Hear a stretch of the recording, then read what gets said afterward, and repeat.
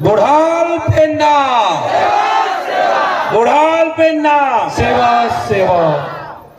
आप सभी को कांकेर, छत्तीसगढ़ के और आसपास के इलाके से आए हुए सभी सम्मानित लोगों को, सर्व आदिवासी समाज को, मूल निवासी समाज को मेरा क्रांतिकारी जय भीम, जय मंडल, जय संविधान है, उल गुलाम जिंदाबाद और सेवा जोहार है। सबसे पहले विश्व आदिवासी दिवस यानी वर्ल्ड इंडिजिनियस डे का हमारी तरफ से आप सबको बहुत बधाई कि हम सब के लिए एक बहुत बड़ा दिन आज का है। और दुनिया भर में जो मूल निवासी है, जो इंडिजिनियस है, जिसने इस दुनिया को रहने लायक बनाया है, जो हाथ से श्रम करके, मेहनत करके इस दुनिया में अब तक संघर्ष करके जीने लायक माहौल बनाया है, उन सब का दिन है। इसलिए हम पूरी दुनिया के उस मेहनतकश लोगों को यहां से सेवा जोहार कहना चाहते हैं और उल गुलाम जिंदाबाद कहना चाहते हैं। और ये आज का दिन ये बताता है कि ये दुनिया बहुत विपरीत थी। मैं जब एक कार्यक्रम से आपके बीच में आ रहा था तो रास्ते में फोन आया कि बारिश आ गई है, आप लोग जल्दी आ जाइए। मैं रास्ते में यही सोच रहा था कि जिन मूल निवासी, सर्व आदिवासी लोगों के पुरखे इससे भी ज्यादा विपरीत मौसम में, कुदरत से विपरीत मौसम में लड़ते हुए हमारे लिए इतना सुकून की दुनिया छोड़ गए, तो उनके लोग इस बारिश से घबराने वाले नहीं हैं और वो सारे यहाँ रहेंगे और जब तक अपना पूरा कार्यक्रम का मकसद पूरा नहीं होगा। और यहाँ हजारों की संख्या में आप लोग यहाँ इकट्ठा होकर के ये बता रहे हैं कि चाहे मौसम की विपरीत मार हो, चाहे जालिम सरकारों की विपरीत नीतियां हो, उन सब से डरने और घबराने वाले ये मूल निवासी, सर्व आदिवासी लोग नहीं हैं। इस बात के लिए भी हम आपको बधाई देना चाहते हैं। और बधाई इस बात के लिए भी कि अब तक हमने ये देखा कि जब आज ये विश्व आदिवासी दिवस मनाया जाता है तो लोगों को लगता है कि डीजे बजा करके नाचने गाने का उत्सव है। और ये है भी। जहां हम रायपुर से लेकर यहां तक आए और अब तक जितनी बार देश भर में घूमे हैं, पिछली बार 9 अगस्त को हम महाराष्ट्र और मध्य प्रदेश के बॉर्डर इलाके में दामोह में ऐसे ही बड़ी रैली में थे। उसके पहले हम यहां पर धमतरी और तुमली वहां गए, फिर नागपुर और गढ़चिरौली तक गए। इस पूरी बेल्ट में हमने देखा है आज भी धरती पर जहां हरियाली है, जल जंगल जमीन है, जहां सबसे ज्यादा खनिज है, वो सबको बचाए हुए सबसे ज्यादा आदिवासी है। और उन आदिवासियों के संघर्ष को हम सलाम करते हैं कि पूरे देश में आदिवासी उसको बचाए हुए। तो आप सबको इस बात के लिए मैं बधाई देता हूं और सर्व आदिवासी समाज जिला कांकेर के पूरी आयोजन समिति को बधाई देता हूं कि आज के कार्यक्रम को उन्होंने केवल नाच गाना और उत्सव का कार्यक्रम नहीं बनाया। आज के कार्यक्रम को उन्होंने वैचारिक गोष्ठी बनाया है ताकि यहां पर जब आप इतने दूर दूर से आए हैं तो सोचने और समझने आए हैं कि आज हमारे लोगों के ऊपर कौन कौन से नए खतरे आ गए हैं, कौन से नए हमले बढ़ गए हैं, क्या हमसे छीना जा रहा है और जिसका वादा किया गया था क्या वो हमको मिल रहा है कि नहीं। इसके लिए भी ये वैचारिक गोष्ठी जरूरी है ताकि हम लोग यहाँ से एक दिशा लेकर जाएं और अपने आने वाले खतरों से हम लड़ना सीख जाएं। इसलिए भी ये वैचारिक गोष्ठी की जरूरत है। क्योंकि एक बात शुरू में ही बता दूं, जितने लोग डीजे बजाकर नाच गाने के लिए इकट्ठा होते हैं देश भर में, अगर उतने आधे लोग भी जब संघर्ष और आंदोलन की जरूरत पड़ती है उसके आधे लोग भी आ जाएं तो आपका मांग पत्र इतना बड़ा नहीं होता, इसकी सारी मांगे पूरी हो गई होती। इस बात को भी यहां मैं आपसे कहने आया हूं। और आज आपका मांग पत्र 4 पन्नों का है और हमसे पहले जिलाध्यक्ष महोदय जो बोल रहे थे, मैं वहीं से अपनी बात शुरू कर रहा हूं। मैं जब जब यहां खड़ा हूं तो मैं जानता हूं कि मेरे ऊपर उलगुलान की बुलंद आवाज बिरसा मुंडा की कुर्बानी का कर्जा भी हमारे ऊपर है कि वो कुर्बान हुए थे, तब हमको ये मौका मिला है कि हम आज आपके सामने बोल पाए।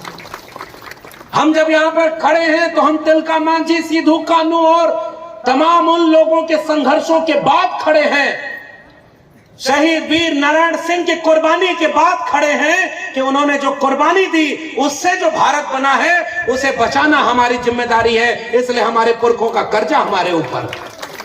वो उलगुलान का जो संघर्ष था, क्या वो पूरा हो गया? जरा जोर से बताना कि बिरसा मुंडा का संघर्ष पूरा हो गया क्या? क्या जयपाल सिंह मुंडा ने जो सपना संविधान सभा में देखा था वो मिल गया अधिकार क्या? क्या सिद्धू कान्हू और तिलका मांझी ने जो कुर्बानी दी वो सारा हक हमारे लोगों को मिल गया है क्या? क्या वीर नारायण सिंह ने जिस सपने को देखते हुए कुर्बानी दे दी, या यहां से लेकर के जबलपुर मध्य प्रदेश में चाहे राजा रघुनाथ शाह हो चाहे शंकर शाह हो, तोप के गोले से लगाकर उड़ा दिया? जो सपना देखा था हमारे पुरखों ने वो पूरा हुआ है क्या? तो जब पूरा नहीं हुआ तो बताओ उनकी कुर्बानियों का भी कर्जा हमारे ऊपर है कि नहीं, कि जिसके लिए वो कुर्बान हुए वो हमें लड़ाई आगे बढ़ानी। बताओ हम लड़ाई आगे बढ़ाएंगे तभी तो उनके सच्चे वारिस कहे जाएंगे। भाई आप क्या संकल्प लेने आए हैं क्या कि अपने पुरखों की लड़ाई को आगे बढ़ाना हमारी जिम्मेदारी है? ये जिम्मेदारी हमारी है कि नहीं? क्या हमारी लड़ाई लड़ने बिरसा मुंडा वापस आएंगे? क्या तिलका मांझी, सिद्धू कान्हू आएंगे? वो तो अपने हिस्से की लड़ाई लड़कर चले गए और आपको ये अधिकार दे गए जिसको अगर हम बचा भी न पाए तो बताओ उनके वारिस कहे जाएंगे क्या? आपके सामने अब ऐसी ऐसी सरकारें हैं, ये चूंकि वैचारिक मंच है इसलिए राजनीतिक बात नहीं करेंगे, लेकिन जहां से नियम कानून बनता है, जिन लोगों को आपके वोट से ताकत मिलती है, जब वो बड़ी कुर्सी पर बैठते हैं तो वो आपके लिए काम करते हैं कि नहीं? और अगर आपके खिलाफ काम करते हैं तो बताओ सवाल पूछने का हक बाबा साहब अंबेडकर का संविधान देता है कि नहीं देता है? भाई बताइए, हमारे वोट से ही उनको ताकत मिली है कि नहीं? अरे भाई जो रायपुर में कुर्सी पर बैठे हैं वो हमारे वोट से बैठे हैं कि नहीं? और जो दिल्ली में बैठे हैं वो किसकी ताकत से बैठे हैं? आप एक बार सोचो कि आपका मन करे कि 500, 1000 की नोट आप बंद कर दो, आपकी जेब में नोट होगी तब भी आप नोट बंद कर सकते हो क्या? नोट बंद करने का फैसला कौन लेता है? जो बड़ी कुर्सी पर बैठा होता है। और बड़ी कुर्सी पर कोई कैसे बैठा है? आपके वोट से। तो बताओ नोट में ताकत है कि आपके वोट में ताकत है? अरे भाई समझ गए कि नहीं कि नोट में ताकत है कि आपके वोट में ताकत है?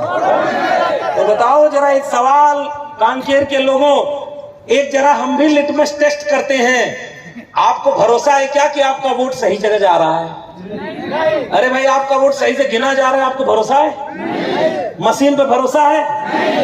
समझदार को इशारा काफी, अब इसके आगे बोलने की जरूरत है।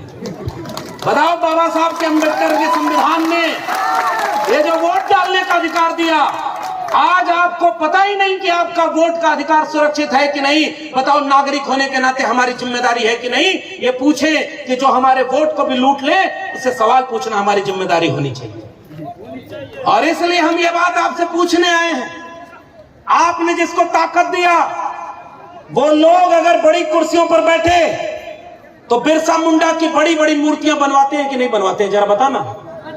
अरे भाई बिरसा मुंडा की मूर्ति पर माला वो भी पहनाते हैं कि नहीं पहनाते? उनके जयंती के दिन जोर जोर से सेवा जोहार का नारा लगाते हैं कि नहीं लगाते? फ्रेंड्स कह के वो रील बनाते हैं कि नहीं बनाते? अरे भाई नौजवानों समझ गए कि नहीं समझ गए? जिनको बिरसा मुंडा की मूर्ति से दिक्कत नहीं है, उनको बिरसा मुंडा के संघर्ष और विचार से दिक्कत हो जाए तो बताओ आपको सवाल पूछने की जरूरत बन पड़ती है कि नहीं बनती है? उसी बिरसा मुंडा की मूर्ति के नीचे खड़े होकर जिस दिन ये सर्व आदिवासी समाज ये पूछने लगे उलगुलान पूरा हो गया क्या? छत्तीसगढ़ में आदिवासी समाज की आबादी कितनी? जरा जोर से बताना। अभी तो गिनती ही ढंग से नहीं हो रही है, और जो गिना जा रहा है उसका भी पता नहीं कि सबको गिन रहे हैं कि नहीं। गलत तो नहीं कह रहा? अरे भाई गिनती सबकी हो रही है सही से क्या? आपकी गिनती अगर सही से हो जाए तो हमको तो बताने वाले कह रहे थे कि 30 से 32% तक आबादी यहाँ पर केवल आदिवासी की है। गलत तो नहीं कह रहा? 32% आबादी है। और अगर पूरे मूल निवासी समाज को जोड़ लें तो छत्तीसगढ़ में कितनी आबादी? 90% हो गई। कुछ लोग अभी पीछे से कह रहे हैं कि 90 क्या 95% तक हम हैं। अब जरा मेरे सवाल का जवाब देना, क्या छत्तीसगढ़ की जमीन के 90% मालिक आप हो? अरे भाई जोर से बोलो, आप 90% जमीन के मालिक हो? आप 90% ये जो खनन हो रहा है इसका ठेका पट्टा आपके पास है क्या? अरे ये जो ट्रक चल रहा है माल ढोने के लिए, इसमें 90% आपका ट्रक है क्या? अभी हमारे पहले कार्यक्रम में हमारे अश्विनी जी एक सवाल पूछ रहे थे, यहाँ कितने लोग आए जिसके पास 50 एकड़ जमीन है? जरा हाथ उठाओ, किसी के पास है क्या? 50 एकड़ जमीन है? 25 एकड़ है? अरे कुछ लोग होंगे जिनके पास 2, 4, 5 एकड़ 10 एकड़ जमीन होगी। बाकी लोग क्या कम जमीन पे गुजारा कर रहे हैं कि नहीं? तो ये जो अबुआ दिशुम अबुआ राज का नारा बिरसा मुंडा ने लगाया था, वो नारा आज भी अधूरा है कि नहीं? मैं आपसे सवाल पूछने आया। ये जब अबुआ दिशुम और अबुआ राज होना चाहिए तो आपका देश है और राज आपका है कि नहीं, मैं ये सवाल पूछ रहा हूं। राज का मतलब क्या होता है? बिरसा मुंडा की मूर्ति पर माला और बिरसा मुंडा के विचारों पर ताला। क्या ये इस खतरे को समझ रहे हो कि नहीं समझ रहे हो आप? अरे भाई समझ गए कि नहीं समझ गए? किसी का नाम लेने की जरूरत है क्या? जो मूर्ति पर माला पहनाए और बिरसा मुंडा के विचारों पर जो बात करे उसके पर ताला लगाए, तो बताओ वो आपके पुरखों के संघर्षों का विरोधी है कि नहीं है? तो सबसे समझदार नागरिक वही होता है जो अपना मित्र और शत्रु को पहचानता है। गांव में जाओ तो आपको भी बड़े बुजुर्ग कहते हैं, जिसको अपने और पराये की पहचान न हो वो आदमी धोखा खाता है। गलत तो नहीं कह रहा? अरे भाई धोखा खाने वाला अच्छा माना जाता है क्या? और 70 साल से इस देश में सबसे ज्यादा धोखा अगर किसी ने खाया तो बताओ इस देश के मूल निवासियों ने खाया कि नहीं? सबका साथ, सबका विकास, सबका प्रयास, सबका विश्वास और पूरा नारा लगा एक पेड़ मां के नाम और पीछे से हुआ 1 लाख पेड़ अडानी के नाम। बताओ ये किसका विकास किया जा रहा है?